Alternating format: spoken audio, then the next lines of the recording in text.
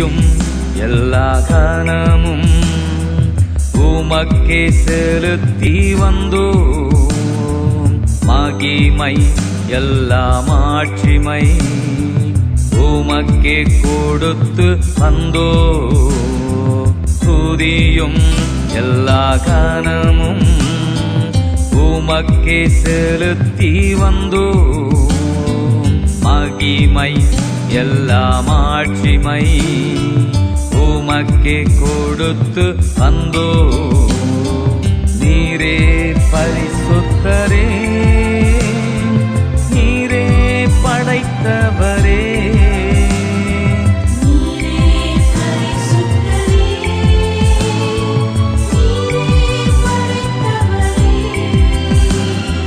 நீரே ஆண்டவரே, நீரே ஆள்பவரே,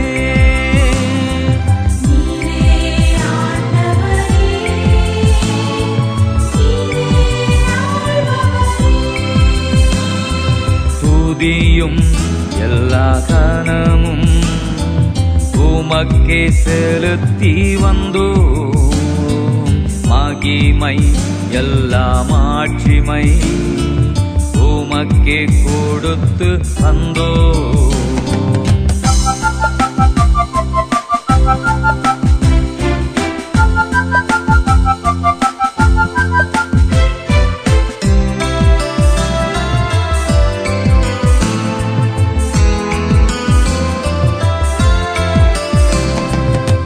மட்டும் உதவின எபினேசர், இனியும் நடத்திடும் இம்மானுவேலர். இரவிலும் கீதம் பாட செய்பவர், இன்றும் என்றும் மாறாதவர். இம்மட்டும் உதவின எபினேசர், இனியும் நடத்திடும் இம்மானுவேலர். இரவிலும் கீதம் பாட செய்பவர், என்றும் என்றும் மாறாதவர். நீரே பரிசுத்தரே, நீரே படைத்தவரே,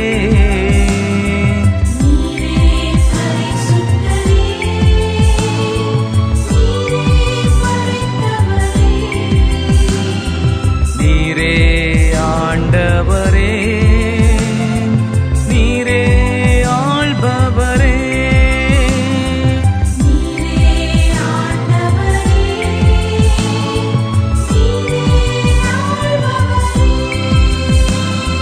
துதியும் எல்லா கனமும் உமக்கே செலுத்தி வந்தோம். மகிமை எல்லாம் ஆட்சிமை உமக்கே கொடுத்து வந்தோம்.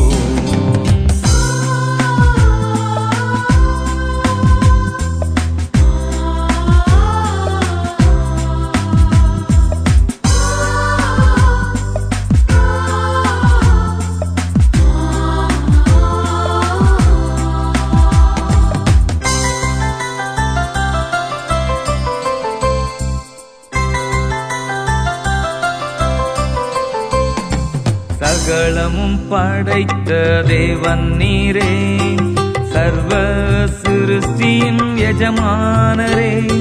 சாவை வென்று உயிர்த்தவரே, சாவாமை உள்ளவர் நீர்தானே.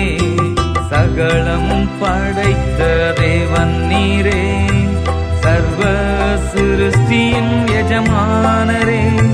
சாவை வென்று உயிர்த்தவரே, சாவாமை உள்ளவர் நீர்தானே. நீரே பரிசுத்தரே, நீரே படைத்தவரே,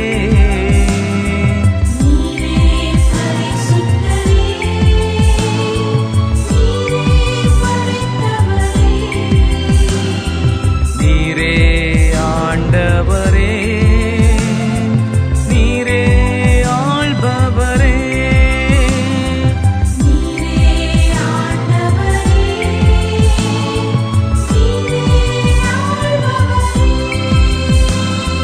துதியும் எல்லா கனமும் உமக்கே செலுத்தி வந்தோ மகிமை எல்லாம் ஆட்சிமை உமக்கே கொடுத்து வந்தோ.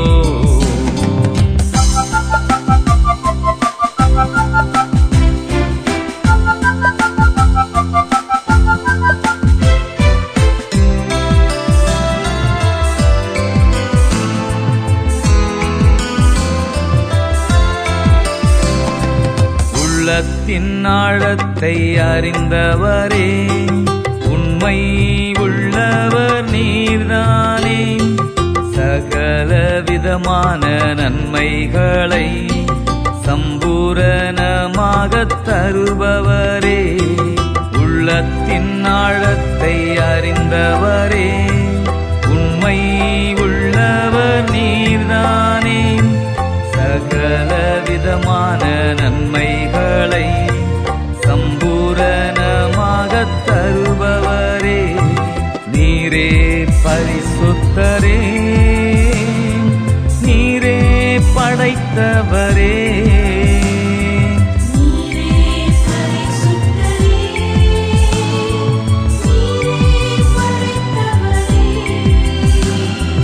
நீரே ஆண்டவரே, நீரே ஆள்பவரே.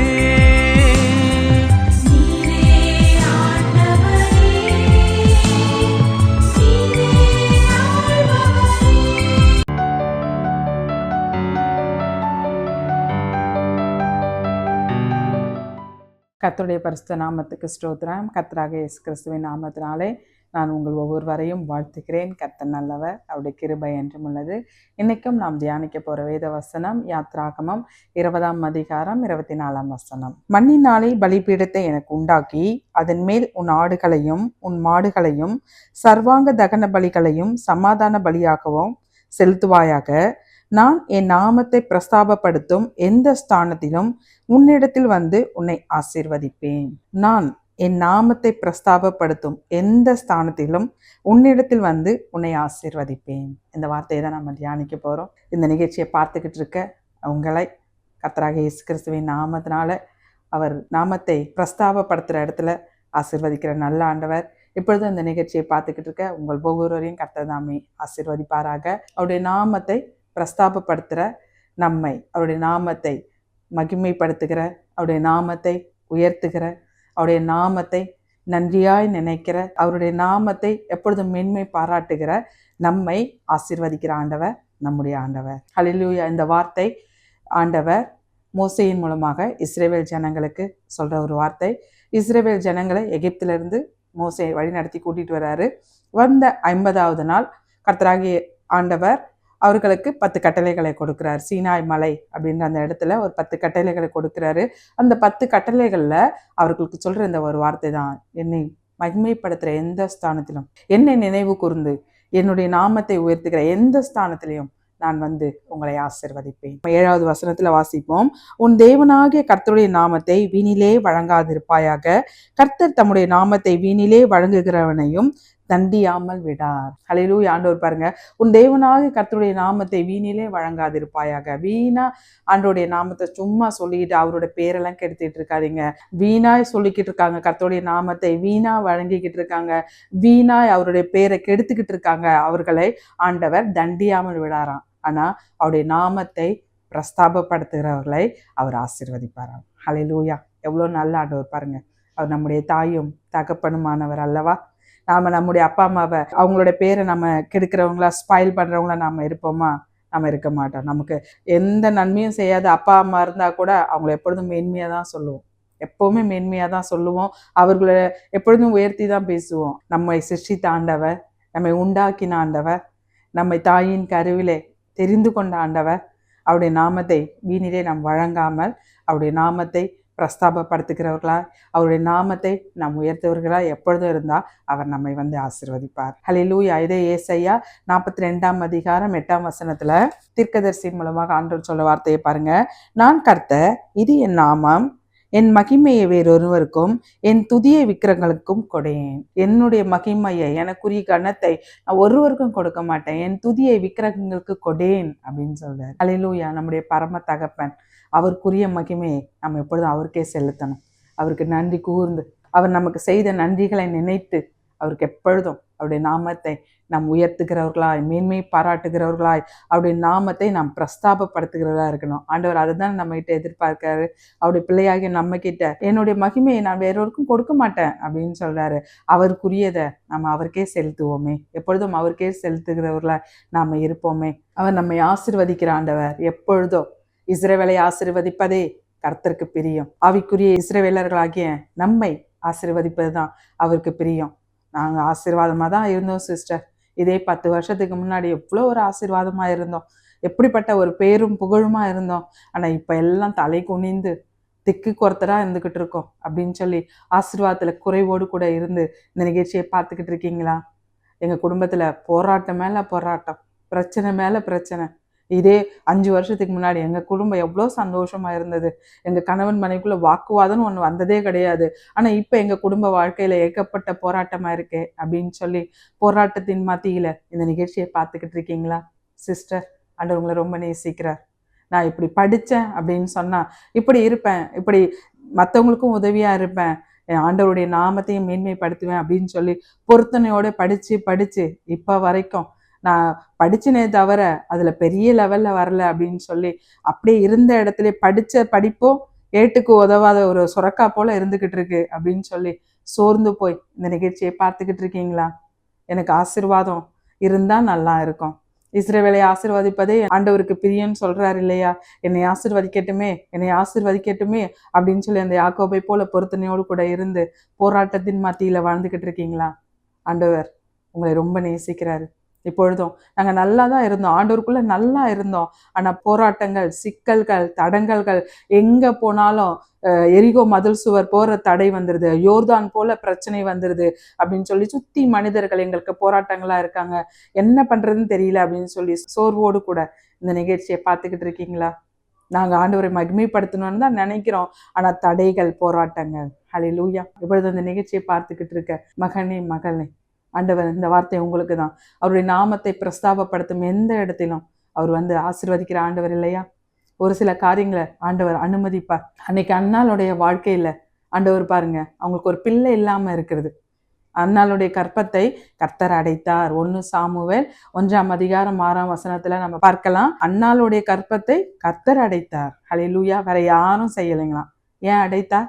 ஒரு நன்மையான காரியத்திற்காக. அந்த அன்னாள் பொருத்தனையோடு ஜெபம் பண்ணும் போது அந்த பொருத்தனையை ஏற்று ஆண்டவர் உடனே ஒரு சாமுவேலை கொடுத்தார் இல்லையா? ஏன் அடைத்தா? சாமுவேல் தேவாலயத்துல வளரணும், ஏலியோட கண்காணிப்புல வளரணும், தேவாலயத்துல வரணும், ஒரு பெரிய தீர்க்கதரிசியா தாவீதையும் சவுலையும் இப்படிப்பட்டவர்களை அபிஷேகம் பண்ண தெரிந்து கொள்வதற்காக அன்னைக்கு அன்னாளுடைய கற்பத்தை அடைத்து பொருத்தனை செய்த போது பாருங்க, ஒரு சாமுவேல் தீர்க்கதரிசியை கொடுத்தார் இல்லையா? அது போல தடைகள் ஆண்டவர் அனுமதிப்பாரு. அது நமக்கும் நன்மையா இருக்கும். இது நம்ம யாக்கோபுடைய வாழ்க்கையில ஒரு போராட்டம் வந்தது பாருங்க. யாக்கோபு தன் சகோதரர் கொலை செய்ய தேடுறாரு, எங்க போறதுன்னு தெரியல. அப்படி உயிருக்காக தப்பி போகும்போது ஆண்டவர்கிட்ட ஒரு பொருத்தனை பண்றாரு. நான் போகிற இடத்துல எல்லாம் எனக்கு உண்ண உணவு, உடுக்க உடை இது கிடைச்சதுன்னா நீங்க தான் என்னோட தேவனா இருப்பீங்க. எனக்கு அப்படி எல்லாம் நடந்ததுன்னா நான் திரும்பி வரும்போது இந்த இடம் தேவனுக்கு ஒரு வீடாகும். ஹல்லேலூயா. ஒரு இடத்த ஃபிக்ஸ் பண்ணிட்டு சொல்றாரு, நான் இங்க ஒரு தரிசனம் பார்த்தேன், இங்க ஒரு சொப்பனம் பார்த்தேன் இல்லையா, இந்த இடம் தேவனுக்கு வீடாகும் அப்படின்னு சொல்லிட்டு போறாரு. ஆண்டவர் பாருங்க, அவர் கைவிடவே இல்லை. 20 வருஷம் அவரை காப்பாற்றின ஆண்டவர். உண்ண உணவு, உடுக்க உடை, 1க்கு 2 மனைவி, பிள்ளைகள், வேலைக்காரிகள் அப்படின்னு சொல்லி எல்லாவற்றிலையும் ஆசீர்வதித்த ஆண்டவர். அந்த யாக்கோபு போனாரு, உன்ன உணவு உடுக்க விடை கிடைச்சா நல்லா இருக்கும்னு சொல்லி. ஆனால் அதை கொடுத்த ஆண்டவர் அதுக்கப்புறம் பாருங்க 20 வருஷம் அவர் பாட்டு அவருடைய வேலையை பார்த்துக்கிட்டு இருக்காரு. அவர் பண்ண பொருத்தனையை மறந்து போயிட்டாரு. ஆண்டவர் பாருங்க அங்கு ஒரு மன சஞ்சலத்தை கொடுக்குறாருங்க. ஆதியாகமம் 31ஆம் அதிகாரம் 1-2. பின்பு லாபானுடைய குமாரர், எங்கள் தகப்பனுக்கு உண்டானவைகள் யாவையும் யாக்கோபு எடுத்துக்கொண்டான் என்றும் எங்கள் தகப்பனுடைய பொருளினாலே இந்த செல்வத்தை எல்லாம் அடைந்தான் என்று சொன்ன வார்த்தைகளை யாக்கோபு கேட்டான். 20 வருஷம் முடிஞ்சிருச்சு, அவருக்கு உண்ண உணவு, உடுக்க உடை இதெல்லாம் கிடைச்சிடுச்சு. ஆனா அந்த தேவனை மறந்து போயிட்டாரு. இப்ப பாருங்க, ஆண்டவர் ஒரு மோசமான ஒரு சூழ்நிலை, ஒரு ஒரு சுச்சுவேஷன், அங்க இருக்க சுச்சுவேஷனே மாத்துறாரு. லாபானுடைய குமாரர்கள் அவருக்கு ரொம்ப அன்பா இருந்தவங்க, அவங்க பாருங்க 2 வார்த்தை ரொம்ப ஏளனமா பேசுறாங்க. எங்கள் தகப்பனுக்கு உண்டானவைகள் யாவையும் யாக்கோபு எடுத்துக்கொண்டான், இரண்டாவது எங்கள் தகப்பனுடைய பொருளினாலே இந்த செல்வத்தை எல்லாம் அடைந்தான். அது மட்டும் இல்லாம 2வது வசனத்துல, லாபானின் முகத்தை யாக்கோபு பார்த்தபோது அது நேற்று முந்தைய நாள் இருந்தது போல் இராமல் வேறுபட்டிருக்கிறதை கண்டான். சொந்த மனைவியோட சகோதரர்கள் ஒரு மாதிரி பேசுறாங்க, மாமனார் ஒரு மாதிரி பார்க்கிறாரு. இதெல்லாம் பார்த்த உடனே அது வரைக்கும் அப்படியே போயிட்டு இருந்துச்சு. ஆனா அந்த சூழ்நிலை வரும்போது தான் அவர் என்ன பண்ணலாம் அப்படி யோசிக்கும் போது ஆண்டவர் பாருங்க சொப்பனத்துல பேசுறாரு. ஆதியாகமம் 31ஆம் அதிகாரம் 13ஆம் வசனம், நீ தூணுக்கு அபிஷேகம் செய்து எனக்கு ஒரு பொருத்தனையை பண்ணின பெத்தேலிலே உனக்கு தரிசனமான தேவன் நானே. இப்பொழுது நீ எழுந்து இந்த தேசத்தை விட்டு புறப்பட்டு உன் இனத்தாரில் இருக்க தேசத்துக்கு திரும்பி போ என்று சொன்னார் என்றான். பாருங்க, தன்னுடைய மனைவிகள் 2 பேரையும் கூப்பிட்டு, ராக்கேல் லேயாள் 2 பேரையும் கூப்பிட்டு சொல்றாரு, நான் தரிசனம் பார்த்து ஆண்டவர் பேசினாரு, என்னுடைய பொருத்தனை ஞாபகப்படுத்தினார், தேசத்துக்கு திரும்பி போ சொல்றாரு அப்படின்னு சொல்லி. அல்லேலூயா. போராட்டம் வரும்போதுதான் நம்மை நாமே நிதானித்து பார்ப்போம், ஏன் இந்த மாதிரி காரியம் நடக்குது அப்படின்னு சொல்லி நம்மை நாமே நம்ம சீர்தூக்கி பார்ப்போம். இந்த யாக்கோபும் பாருங்க, சொந்த மனைவியோட சகோதரர்கள் மாறி இருக்காங்க, மாமனார் மாறி இருக்காரு அப்படின்னு சொல்லும் போதுதான் அவர் யோசிக்கிறாரு தன்னுடைய சொந்த தேசத்துக்கு போகணும். அப்பதான் ஆண்டவர் சொல்றாரு, நீ ஒரு பொருத்தனை பண்ண இல்லப்பா, அந்த பொருத்தனை போய் நிறைவேற்றுங்க. அல்லேலூயா. இப்பொழுது அந்த நிகழ்ச்சியை பார்த்துக்கிட்டு இருக்க சகோதரரே, ஆண்டவர் நீங்க செய்த பொருத்தனைகள், நீங்க செய்த காரியங்கள் ஆண்டவர் உங்களுக்கு நினைப்பூட்டுகிறார். என்ன காரியத்துக்காக பொருத்தனை செய்திருக்கிறோமோ, போராட்டம் பிரச்சனை வரும்போது நாம் அதை நினைவு கூறுவோம். இப்போ இந்த நிகழ்ச்சியை பார்த்துக்கிட்டு இருக்க யாரோ ஒருத்தரோடு கூட ஆண்டவர் பேசிக்கிட்டு இருக்கார். நீங்க செய்த பொருத்தனைகள் ஆண்டவர் உங்களுக்கு நினைப்பூட்டுகிறார். அன்னைக்கு தூணுக்கு அபிஷேகம் செய்து ஒரு பொருத்தனை பண்ண அந்த யாக்கோபை போல அந்த யாக்கோபின் தேவனை நினைச்சு என்னெல்லாம் பொருத்தனை செய்தீங்க மகனே மகளே, ஆண்டவர் உங்களோடு கூட தான் இடைப்பட்டுக்கிட்டு இருக்கார். என்ன காரியங்களை பொருத்தனை, எனக்கு இப்படிப்பட்ட வேலை கிடைச்சிதுன்னு சொன்னா நான் இப்படிப்பட்ட காரியங்களை செய்வேன், ஆண்டவருக்காக நான் அப்படிப்பட்ட காரியங்களை செய்வேன்னு சொன்னீங்களா? இல்ல என்ன இந்த தேசத்துக்கு கொண்டு போனீங்கன்னு சொன்னா உங்களுடைய நாமத்தை உயர்த்துவேன்னு சொன்னீங்களா? எனக்கு இப்படிப்பட்ட பிள்ளைகளுடைய காரியங்கள், பிள்ளைகளுக்கு இப்படி படிச்சு முடிச்சுட்டாங்க, அவங்களுக்கு இப்படிப்பட்ட காரியங்கள் நடந்தா உங்களுடைய நாமத்தை உயர்த்துவேன்னு சொல்லி பொருத்தனை பண்ணீங்களா? ஆண்டவர் உங்களுக்கு நினைப்பூட்டுகிறார். அன்னைக்கு யாக்கோபுக்கு போராட்டம் வந்தபோது நினைந்த யாக்கோபை போல நீங்களும் ஆண்டவருடைய நாமத்தை உயர்த்துகிறவளா இருங்க. ஆண்டவருடைய நாமத்தை உயர்த்தும் போது நம்மை ஆசீர்வதிக்கிற ஆண்டவர் நம்முடைய தடைக்கற்களை முறியடித்து நமக்கு முன்பாக இருக்க யோர்தான்களை குவியலாய் நிற்க வைத்து நம்மை ஆசீர்வதிக்கிற ஆண்டவர் நம்மோடு கூட இருக்காரு. ஏசாயா 49ஆம் அதிகாரம் 3ஆம் வசனத்துல, நீ என் தாசன் இஸ்ரவேலே, நான் உன்னில் மகிமைப்படுவேன் என்றார். அல்லேலூயா. ஏசாயா தீர்க்கதரிசி மூலமாக சொல்றாங்க, நீ என் தாசன் மகனே, நீ என்னுடைய மகன், நீ என்னுடைய மகள், உன் மூலம் நான் மகிமைப்படுவேன். ஹல்லேலூயா. நாம் அவருடைய நாமத்தை உயர்த்தும் போது ஆண்டவர் நம்மை ஆசீர்வதிப்பார். அது மட்டும் இல்லாம நம் மூலம் அவர் மகிமைப்படுவார். இதேதான் கர்த்தராகிய இயேசு கிறிஸ்து சொல்றாரு, இவ்விதமாக மனுஷர்கள் உங்களுடைய நற்கிரியைகளை கண்டு பிதாவை மகிமைப்படுத்துவார்கள். ஹல்லேலூயா. கர்த்தராகிய இயேசு கிறிஸ்து சொல்லும் போது அட்வைஸ் பண்ணும்போது சொல்றாரு பாருங்க, உங்களுடைய நற்கிரியைகள், உங்களுடைய நல்ல காரியங்களை பார்த்து பிதாவை சுற்றி இருக்கவங்க மகிமைப்படுத்துவாங்க அப்படின்னு சொல்லி ஆண்டவரும் சொல்றாரு, உன் மூலம் நான் மகிமைப்படணும். இதை நம்ம எலியாவோட வாழ்க்கையில பார்க்கலாம். எலியா பாருங்க, ஆண்டவர் சொல்றாரு, ஆகாப்புக்கு முன்பாக போய் காண்பி, உன்னை காண்பி அப்படின்னு சொல்லும் போது ஆகாப்புக்கு முன்பாக எலியா தீர்க்கதரிசி, தேவனுடைய நல்ல மனுஷன், அவர் பாருங்க ஆண்டவர் சொல்றதெல்லாம் அப்படியே செய்வாரு.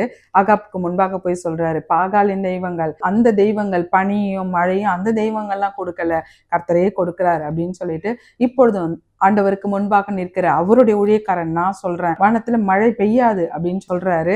அதே மாதிரி 3 வருஷம் மழை பெய்யாம இருக்கு. ஆண்டவர் திரும்பவுமா சொல்றாரு, இப்ப போய் நீ திரும்பவுமாய் ஆகாப்புக்கு உன்னை காண்பி அப்படின்னு சொல்லும் போது திரும்பவுமாய் ஆகாப்புக்கு முன்பாக போறாரு. போயிட்டு அவர் சொல்றாரு பாருங்க, எவ்வளவு நாள் நீங்க பாகாலின் தெய்வங்கள் தான் தெய்வம் தெய்வம் சொல்லிக்கிட்டு இருப்பீங்க, பாகாலின் தெய்வங்கள்லாம் தெய்வம் இல்லை, நான் ஒருவன் மாத்திரம் ஆண்டவருக்காக நான் வந்திருக்கேன். உங்களுடைய பாகால் தீர்க்கதரிசிகளெல்லாம் கூப்பிடுங்க, கர்மேல் பர்வதத்துல கூப்பிடுங்க, நானும் வரேன். அவங்களோட தெய்வத்தை வச்சு நாமத்தை சொல்லி கூப்பிடட்டும், நானும் கர்த்தருடைய நாமத்தை வைத்து கூப்பிடுறேன்.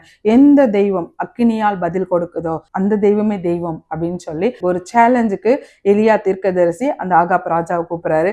ஆகாப்பும் அதே மாதிரி பண்றாரு பாருங்க. 450 பாகால் தீர்க்கதரிசிகளும் காலையை பலி கொடுக்குறாங்க. காலையில இருந்து மத்தியானம் வரைக்கும் பாருங்க, பாகாலே எங்களுக்கு மறு உத்தரவு கொடு, பாகாலே எங்களுக்கு மறு உத்தரவு கொடுன்னு சொல்றாங்க. அந்த தெய்வம் மறு உத்தரவு கொடுக்கவே இல்லையா.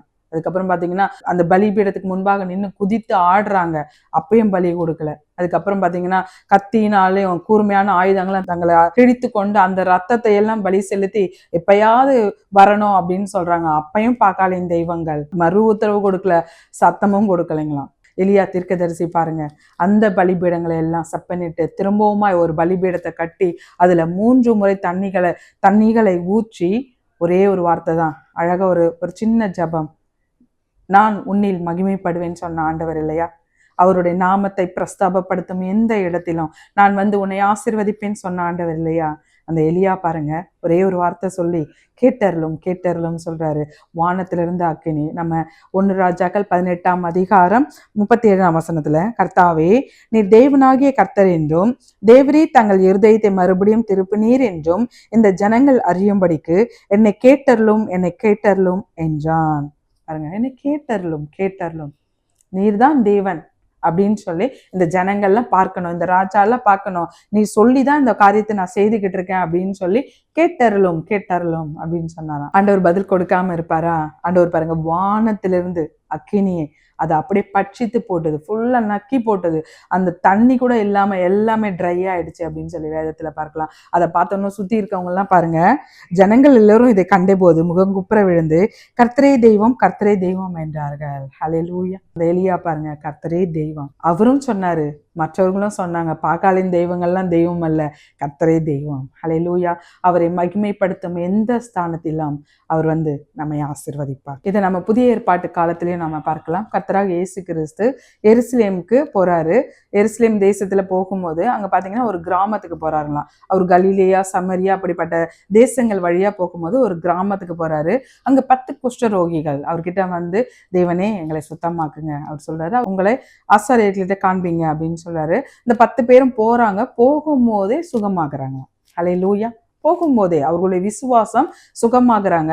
அதுல ஒருத்தர் மட்டும் திரும்பி கர்த்தராகிய இயேசு கிறிஸ்துவிட்ட அவர் பாருங்க என்ன சொல்றாரு அப்படின்னு சொல்லி நம்ம லூக்கா 17ஆம் அதிகாரம் 15ஆம் வசனத்துல நம்ம பார்க்கலாம். அவர்களில் ஒருவன் தன் ஆரோக்கியமானதை கண்டு திரும்பி உரத்த சத்தத்தோட தேவனை மகிமைப்படுத்தி, ஹல்லேலூயா, தன் ஆரோக்கியமானதை உணர்றாரு. நான் சுகமாயிட்டேன் அப்படின்னு சொல்லி உணர்றாரு. அதை பார்த்து அவர் பாருங்க, உரத்த சத்தத்தோடு தேவனை மகிமைப்படுத்தி, உரத்த சத்தத்தோடு கூட கர்த்தராகிய இயேசு கிறிஸ்துவிட்ட உரத்த சத்தம்னா எல்லாம் பாக்குறாங்க.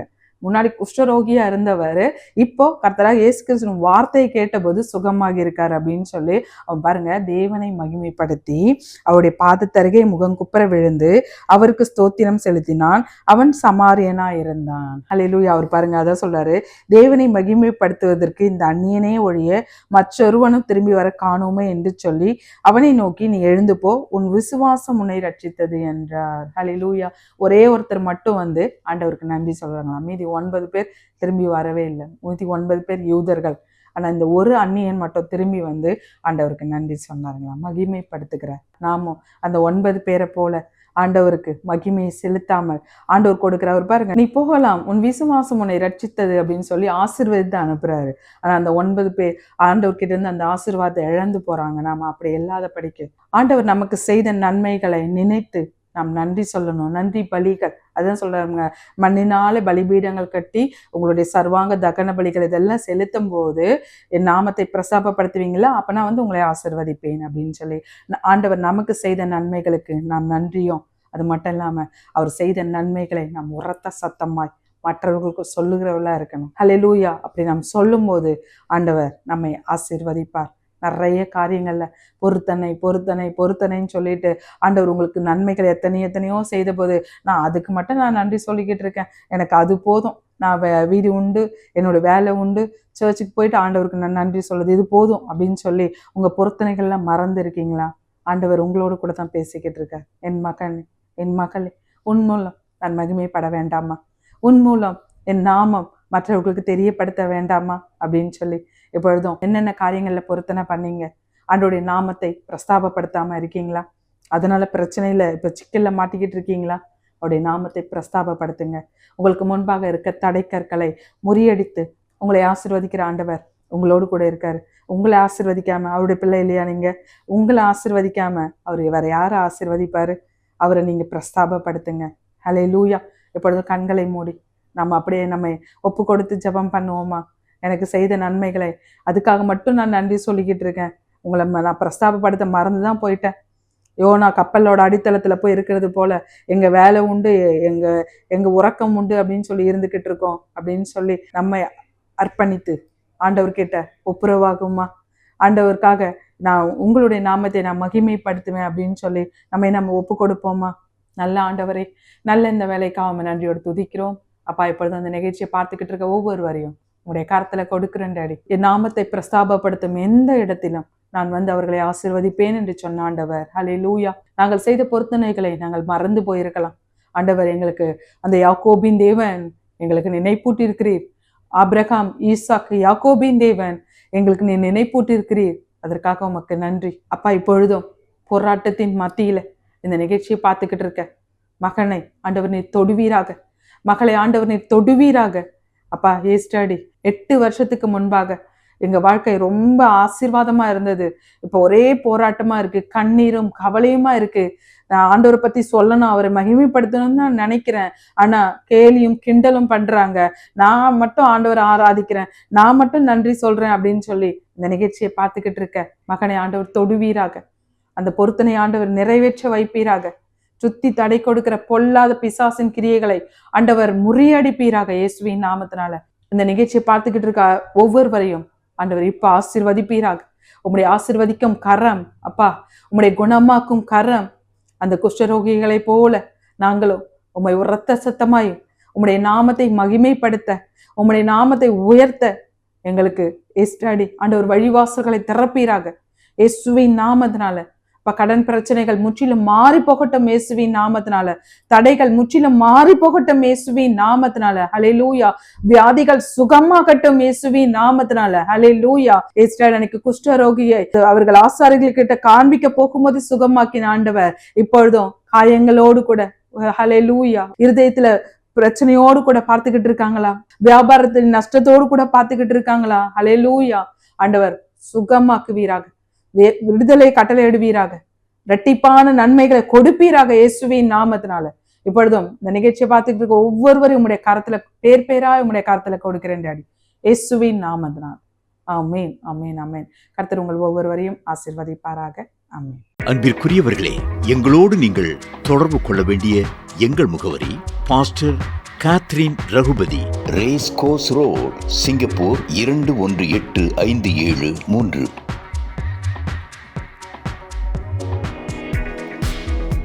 For prayer request in Singapore number 6589872057. For India number 074180718556.